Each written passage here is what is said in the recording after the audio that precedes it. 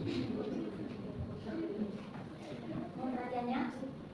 Assalamualaikum warahmatullahi wabarakatuh. Waalaikumsalam warahmatullahi wabarakatuh. Gimana kabarnya semua hari ini? Alhamdulillah. Jadi di sini perkenalkan, nama Ibu Anda. Di sini Ibu sebagai guru baru akan mengajar kalian di selama 1 semester ini, yaitu pada mata pelajaran teknik pengawatan makanan. Sebentar ya.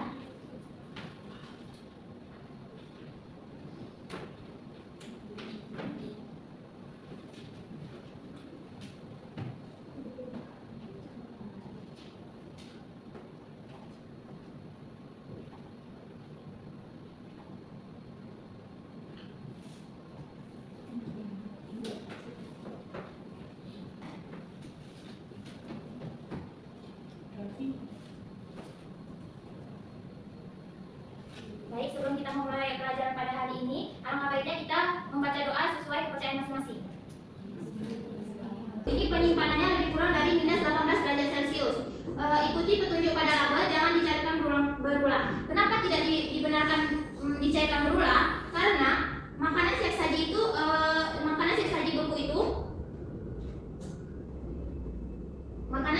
beku itu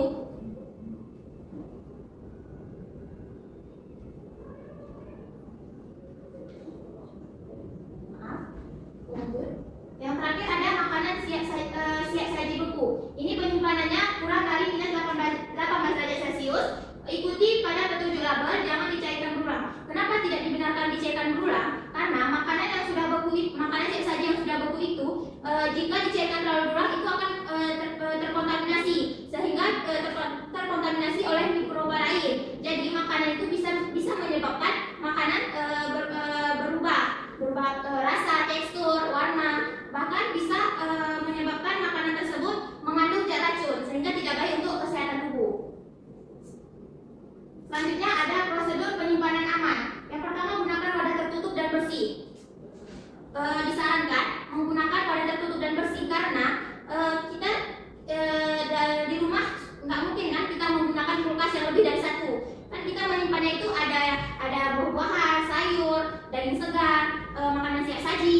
Jadi fungsi dari wadah tertutup dan bersih ini adalah untuk mengurangi resiko terkontaminasinya makanan yang ada di dalam kulkas.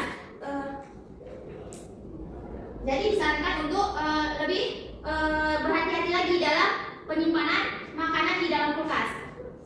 Selanjutnya ada pisahkan makanan mentah dan matang. Makanan mentah itu seperti daging segar, ikan segar, atau bahan mentah lainnya.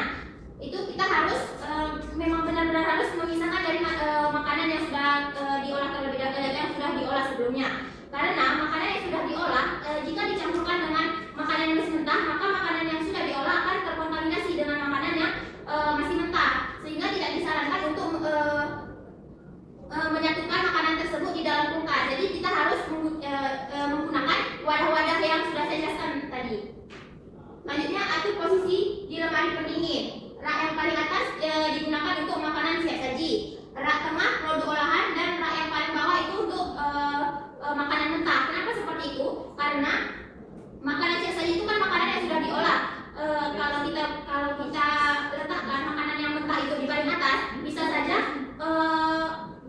cairan yang ada di makanan mentah itu bisa saja masuk ke dalam makanan yang sudah siap saji, sehingga bisa menyebabkan terkontaminasi mikroba. Selanjutnya, hindari membuka kulkas terlalu sering. Nah, di rumah kita pasti anak-anak itu sering membuka tutup kulkas karena mungkin mereka penasaran dengan apa aja yang ada di dalam kulkas tersebut. Jadi sebisa mungkin kita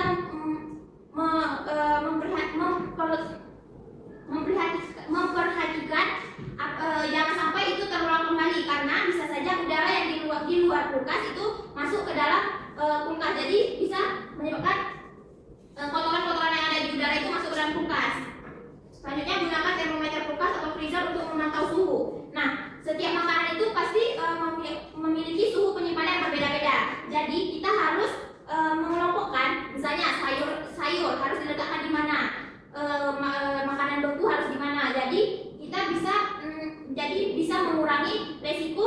makanan yang cepat membusuk atau yang tidak tahan lama. Selanjutnya, makanan beku dapat disimpan dalam jangka waktu yang lebih lama daripada makanan yang hanya didinginkan. Kenapa makanan yang beku lebih tahan lama? Karena makanan beku itu karena mikroba itu tidak bisa hidup dalam suhu yang terlalu dingin. Jadi mencegah terjadinya terkontaminasinya pada makanan.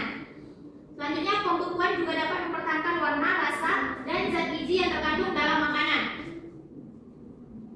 Mengapa seperti itu? Karena seperti yang saya jelaskan tadi, itu menghambat pertumbuhan mikroba dalam makanan. Jadi kita mempertahankan warna, rasa, dan zat yang ada terkandung dalam makanan.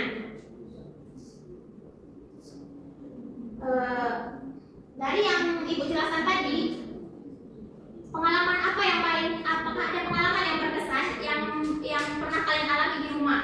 Apa ada? Ada, Bu. Jadi kan sebelumnya saya belum terlalu tahu mengenai teknik penyimpanan dalam kulkas, bagaimana cara menyimpan buah, menyimpan sayur, atau menyimpan daging. Jadi ada kalanya mungkin saya malah mencampurkan atau meletakkan buah atau sayur atau misalnya makanan yang lain di satu tempat, sehingga besoknya pas saya makan, saya kayak makan kolak, itu rasanya udah berubah, udah kayak rasa kulkas dicampur sama makanan lain. Jadi setelah saya mendengar penjelasan Ibu, kayaknya saya coba tahu gimana cara menyimpan dan benar.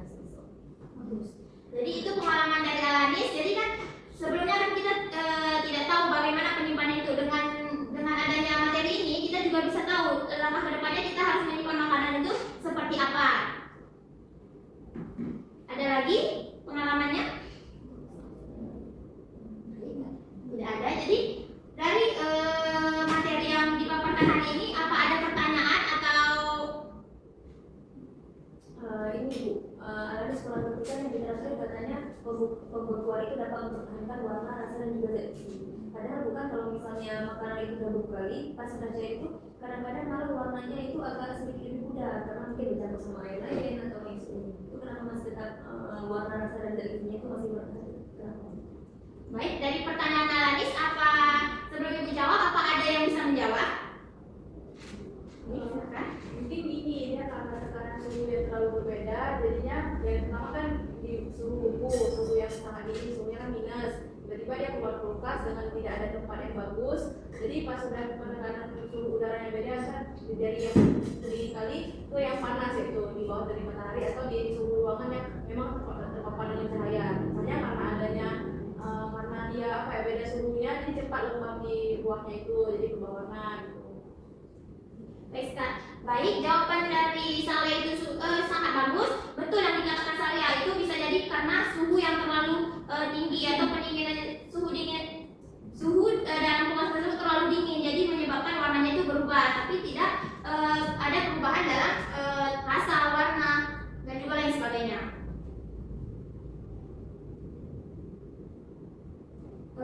Baik, karena ini materi kita hari ini tentang penyimpanan makanan dingin atau beku, kemungkinan kita minggu depan akan melaksanakan praktek untuk membuat olahan makanan beku. Itu berupa nugget, bisa berupa nugget sayur, nugget dari ayam, atau dari daging. Nah, itu nanti Ibu minta kalian untuk membagikan kelompok. Kita ada berapa orang? 15. Oh, baik. Jadi untuk 15 orang ini, Ibu minta kalian bagi ke dalam 3 kelompok. Dan dalam satu kelompok itu beranggotakan 5 orang. Jadi Ibu mau kalian membuat perencanaan anggaran atau kalian mau mengolah nugget itu, dan jadi kalian harus sepakat mengolah nugget dari sayur, ayam, atau dari daging. Gitu. Jadi kalian harus diskusi dulu. Kalian membuat apa? Gitu. Jadi satu kelas itu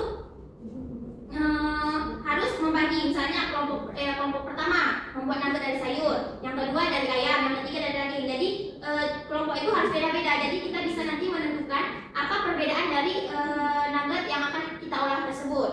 Ibu mau kalian membuat perencanaan anggaran untuk minggu depan. Anggarannya itu dari sekolah dan difasilitasi dari sekolah juga.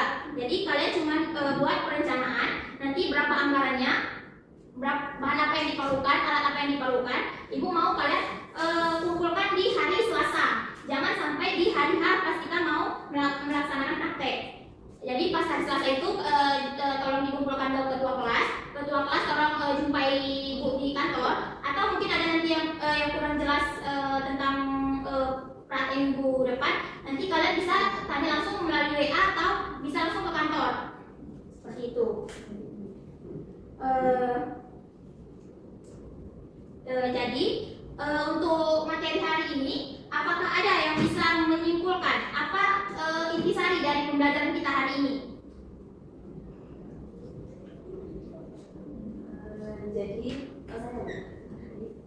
Jadi kesimpulan dari materi kita hari ini berarti penyimpanan makanan itu dibagi menjadi dua, ada penyimpanan dingin dan juga penyimpanan beku. Jadi kalau misalnya penyimpanan dingin itu cocok contohnya kayak buah dan juga sayur. Namun tetap harus diingat bahwa disimpannya itu di dalam tempat yang pendingin. Untuk satu lagi itu ada penyimpanan beku, contohnya kayak makanan seperti tadi. Apa kegunaan dari penyimpanan beku? Untuk mempertahankan rasa, warna dan juga tekstur. Bagus. Intisari yang kita dapat itu betul yang dibilang analis itu, bahwa makanan beku itu terbagi menjadi dua, ada yang dingin dan penyimpanan itu terbagi dari dua, ada yang dingin dan beku.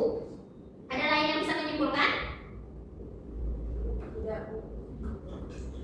Ibu mau kalian membuat resume dari materi hari ini dan dikumpulkan di minggu depan. Sebelum praktek itu harus dikumpulkan ke ketua kelas dan dikumpulkan kepada saya. Setelah dikumpulkan, maka kita akan melanjutkan praktek kita pada hari Jumat selanjutnya.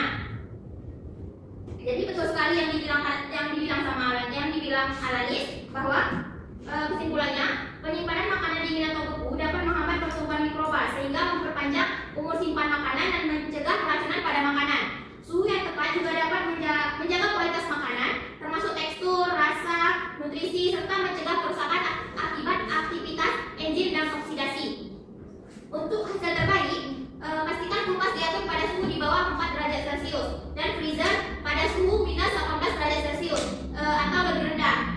Makanan harus disimpan dalam kemasan yang tertutup rapat untuk mencegah kontaminasi. Selain itu, penting untuk memberi label tanggal pada makanan beku dan menggunakan sistem first in first out agar makanan yang lebih lama digunakan terlebih dahulu. Dengan cara ini makanan tetap aman dan segar lebih lama. Maksud first in first out itu adalah misalnya kita menyimpan makanan, misalnya olahan susu, kita menyimpan olahan susu yang A terlebih dahulu di kulkas, selanjutnya kita menyimpan yang olahan B ke kulkas. Jadi kita harus menggunakan atau memakai terlebih dahulu yang olahan susu yang terlebih dahulu yang sudah kita masukkan ke dalam kulkas. Kenapa seperti itu? Karena supaya mengurangi resiko makanan yang busuk atau makanan yang tidak tidak membuang-buang makanan sia-sia gitu. Jadi harus menggunakan sistem tersebut, apalagi jika ada misalnya kan makanan sekarang ada label kadaluarsanya. Jadi kita harus menggunakan yang lebih dahulu kita simpan di dalam kulkas. Jadi mungkin ini yang dapat Ibu sampaikan pada hari ini. Ibu ingatkan kembali, mohon dibuat perencanaan untuk praktikum minggu depan dan buat resume yang tentang pelajaran hari ini dan dikumpulkan juga pas Jumat sebelum praktikum. Untuk perencanaannya dikumpulkan pada Selasa. Kenapa Ibu minta Selasa? Karena takutnya ada misalnya ada kesalahan di situ, jadi bisa kita perbaiki sebelum hari praktikum. Nah, mungkin ini saja. Sebelum Ibu tutup, alangkah baiknya kita berdoa terlebih dahulu untuk menutup pelajaran kita pada pagi ini. Subhanallahumma wa bihamdika asyhadu an la ilaha illa anta astaghfiruka wa atubu ilaik. Baik, sekian untuk hari ini. Kita lanjut minggu depan. Lebih dan kurang Ibu mohon maaf. Assalamualaikum warahmatullahi wabarakatuh.